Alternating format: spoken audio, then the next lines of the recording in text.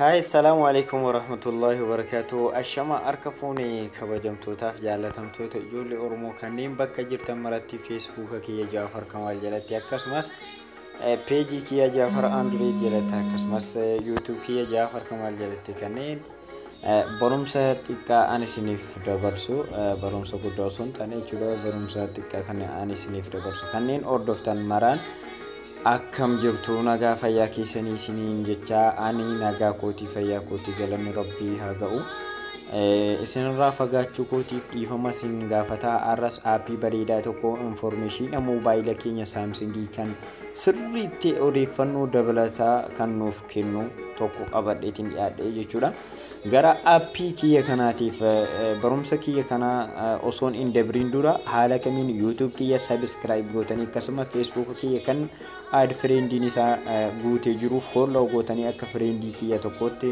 na ordoftan akkasumas kanneen telegram yookaan aappii kana fayyadamtan telegram aappii jedhu kana kanneen fayyadamtanii haala kamiin akka itti telegram kana irratti gaafii qabdannaaf dhiyeessitan telegram irratti haala kamiin akka itti argattan isin agarsiisuuf karaa sadan kana wal dura duubaan nafaana ordofaan isiniin jedha jalqaba youtube kiyya haala kamiin akka itti subscribe gootan isin agarsiisuuf jalqaba youtube irra tuqxanii jechuudha sana booda search bakka jedhu kanarra tuqxanii jechuudha sana booda Jaafar Kamaal jettanii search gootan jechuudha Jaafar ifama Jaafar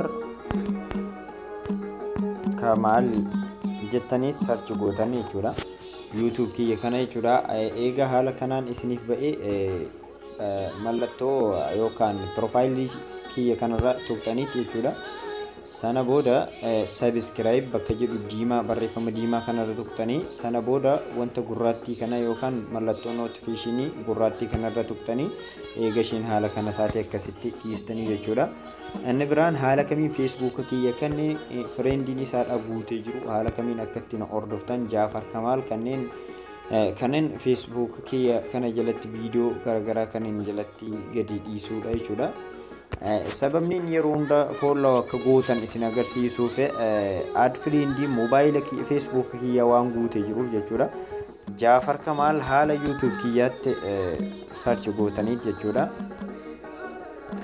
haala kanaan search gootanii jechuun sana booda facebook kiyya kan asitti isinitti mul'atu kan sana booda follow kan jedhu kanarra tuqxan jechuudha sababni isaas waan friendii kiyya taatanii jirreef waanan isiniif dabarsu yoo ordofuu jaallattan jechuudha follow isa jedhu kanarra tuqxan jechuudha sana booda saferest kanarra tuqxan jechuudha saferest gochuun dirqama miti garuu follow goonaan akka friendii kiyyaatti wannan mobaayila facebook kiyya irratti gadi dhiisu isinitti kan mul'atu ta'a akkasumas page kiyya Jaafar Android kana akka like gootan kabajaan isin jechuudha like if save gootanii akka Jaafar Android kan jedhu kanarra akka seentanii waanan jalatti tag godhu akka ordoftan isin gaafadha jechuudha inni biraan telegramii irratti haala kamiin akkatti gaafii qabdannaaf dhiyeessitan messenjeriin yeroo hedduu waan hin irraan seenneef akkasumas gaafiin messenjeriin naaf dhiyaatu baay'ee waan ta'eef kanneen biyya Saudi Arabia kanneen akkasumas Dubai Kuwait Qatar biyyoota garaagaraa irraa telegram fayyadamtan telegram irratti baabbii 45 jettanii search gootanii argachuu dandeessan jechuudha maqaan normaaliin Jaafar Kamaal kan jedhu kana garuu maqaan isinitti search gootanii argachuu dandeessan baabbii 45 kan jedhu kana jechuudha haala fakkeenyaatti mee si'a lammaffaa search godhee isin agarsiisuuf baabbii 45 jettanii search yoo gootan Jaafar Kamaal kan jedhu kanatti isiniif ba'a jechuudha maqaa search gootanii ittiin maqaa search gochuuf fayyadamtan baabbii 45 kan jedhu kanaadha jechuudha isarra seenuudhaan sana booda waan dhimma keessan ta'e hunda naaf dabarsuu ni dandeessu jechuudha amma gara aappii kiyyaatti dabruun dura aappii kana haala kamiin akkatti buufattan isin agarsiisuuf jalqaba play store keessan irra ni seentan jechuudha Play Store keessan irra eega seentaniin booda dhiifama Play Store keessan irra eega seentaniin booda mallattoo search kanarratti jechuudha bakka search kanarratti phone info jettanii barreessitan jechuudha phone info kan jedhu kana barreessitan jechuudha. Info jettanii barreessitan haala kanaan jechuudha. Phone info kan jedhu kana barreessitan jechuudha. Aappii addaati dhugaa waa'ee information mobile Samsung addatti kan nuuf laatudha jechuudha. Sana booda aappii kana gadi buufadheetiin jira. Open kan jedhu kanarraan tuqa jechuudha. Sana booda kallattiin gara aappichaatti nu dabarsee jira jechuudha. Amma maqaan mobile kiyyaadha Samsungidha. Gosti yookaan phone modelii argaa jirtan jechuudha. Kan isinitti mul'atu phone modelii akkasumas device type waan hedduu made in Korea akka biyya inni itti hojjetame illee jechuudha. Aappii kamirraa seeneetiin ture jechuudha. Aappii information mobile android nuuf namaaf dabarsuu hedduu fayyadameetiin ture. Garuu aappii kam keessattuu made in kan jedhu argeetiin beeku jechuudha. Garuu mobile kun aappiin kun made in Korea kan jedhu kana jechuudha. Biyya mobile kan keessanitti hojjetame akkasumas bara mobile kan keessanitti hojjetame waan hedduu bal'inni qafoo mobile kanaadha. Hangam akka ta'e jechuudha. Giga 32 akka ta'e asitti gaditti ni argitanii. Egaa general isa jedhu kanarratti barumsa kana isiniif laata. Barumsa isinitti mul'atu kana. Garuu barreeffama achi aanu kanarra yoo tuqne jechuudha. Barreeffama isa kanarra akkasuma barumsa biraa nuuf laata jechuudha. Amma barumsa biraa not activity kana jechuudha. Dhiifama isin gaafadha jechuudha. Namni natti dawwalu jechuudha. Dhiifama. Gara aappichaatti deebinee hordofuudhaaf barreeffama as gubbaa kana egaa tuqxanii jechuudha.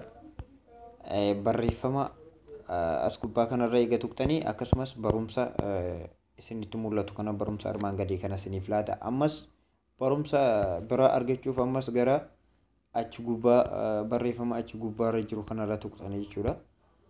Sana booda haala kanaan akkasuma barumsa waliigalaa waa'ee mobile kan keessanii argachuu ni dandeessu.